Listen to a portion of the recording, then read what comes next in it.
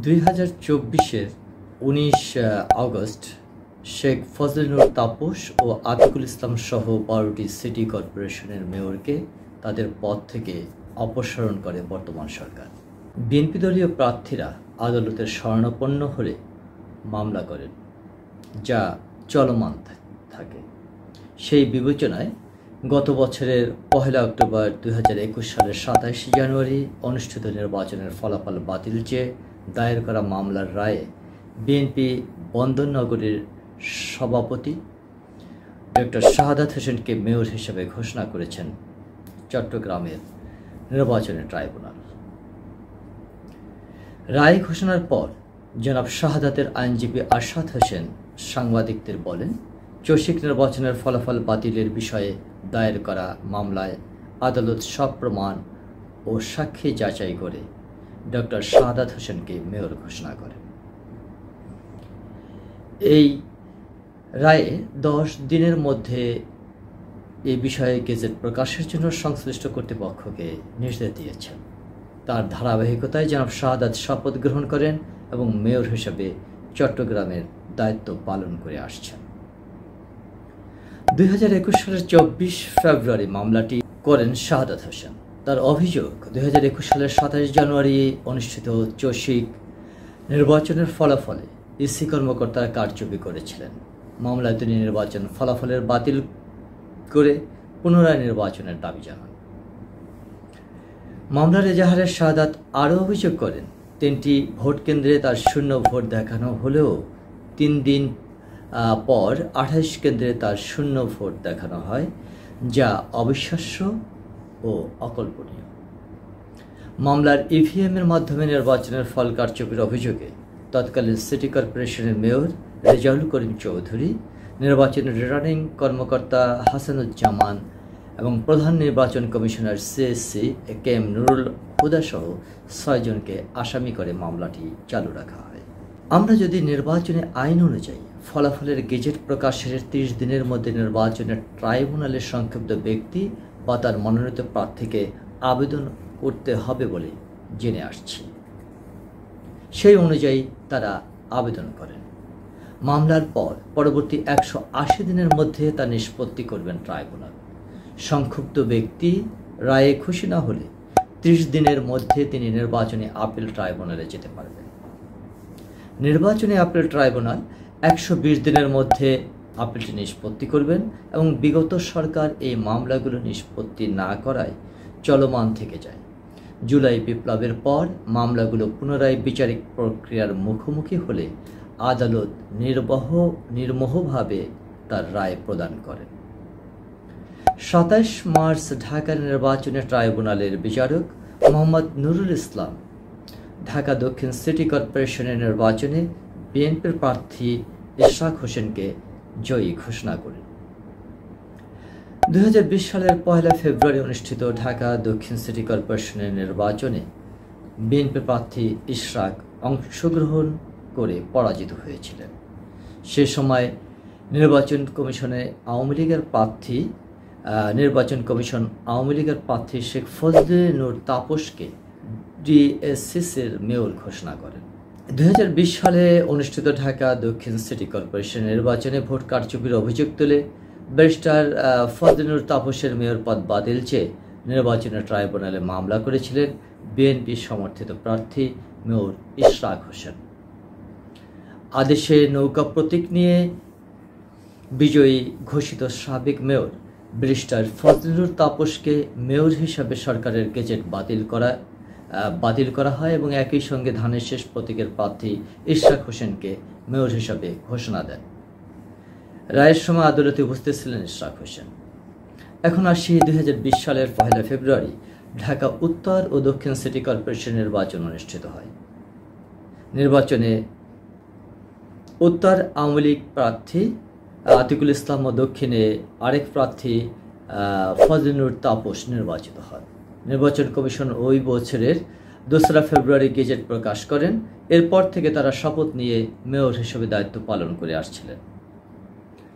গত বছরের 5 আগস্ট শেখ হাসিনা সরকারের পতনের পর তাদের মেয়র থেকে বহিষ্কার করা হয়। অনিয়ম দুর্নীতি, অগ্রহণযোগ্যতার অভিযোগে ডিএসসিসি নির্বাচন ও ফলাফল বাতিল চেয়ে 2020 সালের 3 মার্চ মামলা করেছিলেন মেয়র প্রার্থী ইশরাক হোসেন। মামলায় তৎকালীন প্রধান নির্বাচন commissioner CSE Nurul Huda, returning কর্মকর্তা মোহাম্মদ আব্দুল বাতেন ও দক্ষিণ সিটি কর্পোরেশনের ব্যারিস্টার ফজলুর তাপস সহ মোট 8 জনকে বিবাদী করা হয়। এর আগে ঢাকা দক্ষিণ সিটি কর্পোরেশনের বিএনপি দলীয় মেয়র প্রার্থী ইশরাক হোসেনকে আদালত মেয়র হিসাবে ঘোষণা করেছেন।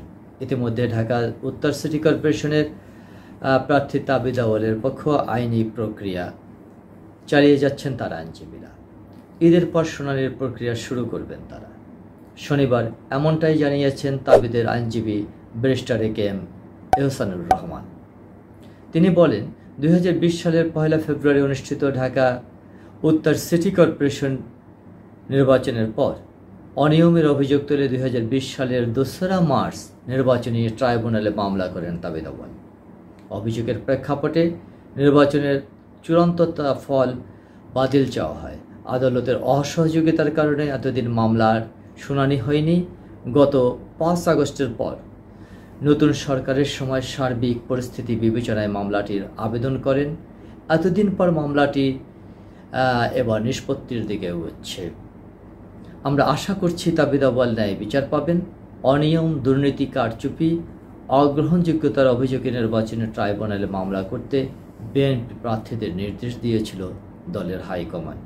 সেই অনুযায়ী প্রার্থীরা মামলা করেছিলেন। সে মামলার রায়ে চট্টগ্রাম সিটি কর্পোরেশনের মেয়র ডক্টর শাহাদাত হোসেন, এখন তিনি মেয়রের দায়িত্ব পালন করছেন। এদিকে পদে বসার রায় পেয়েছেন ইশরাক হোসেন।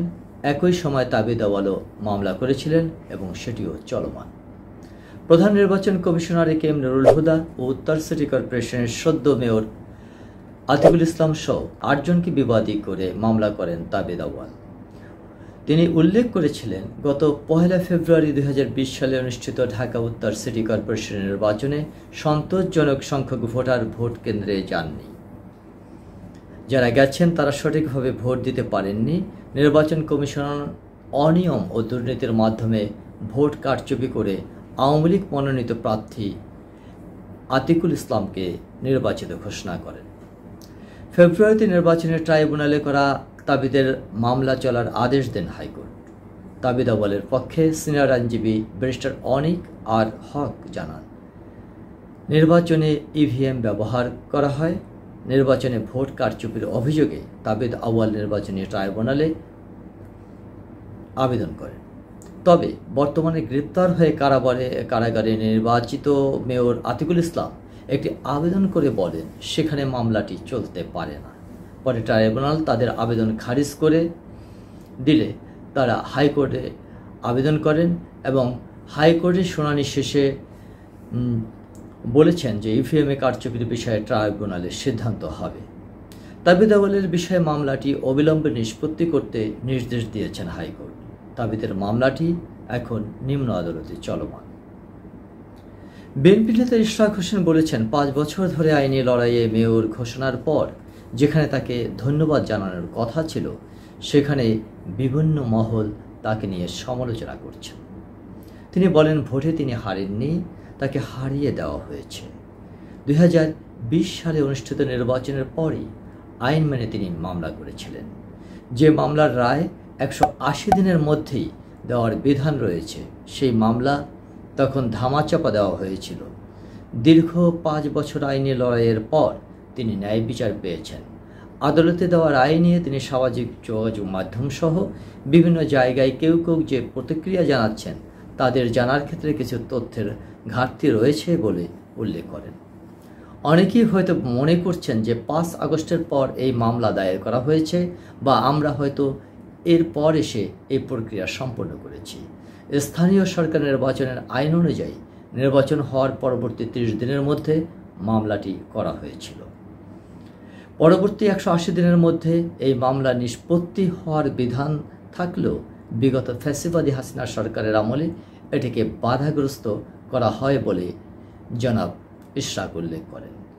অবৈধভাবে ক্ষমতা দখলকারীরা তাপস এই মামলা বাতিলের জন্য উচ্চ আদালতে এবং নিম্ন আদালতে চাপ প্রয়োগ করেছেন।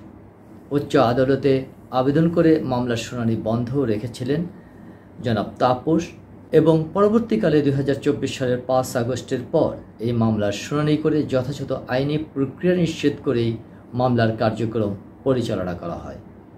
এই মামলায় সাক্ষী শুনানি হয়েছে, যুক্তিতর্ক হয়েছে, পরবর্তী সময় কাঙ্ক্ষিত রায় দেওয়া হয়েছে।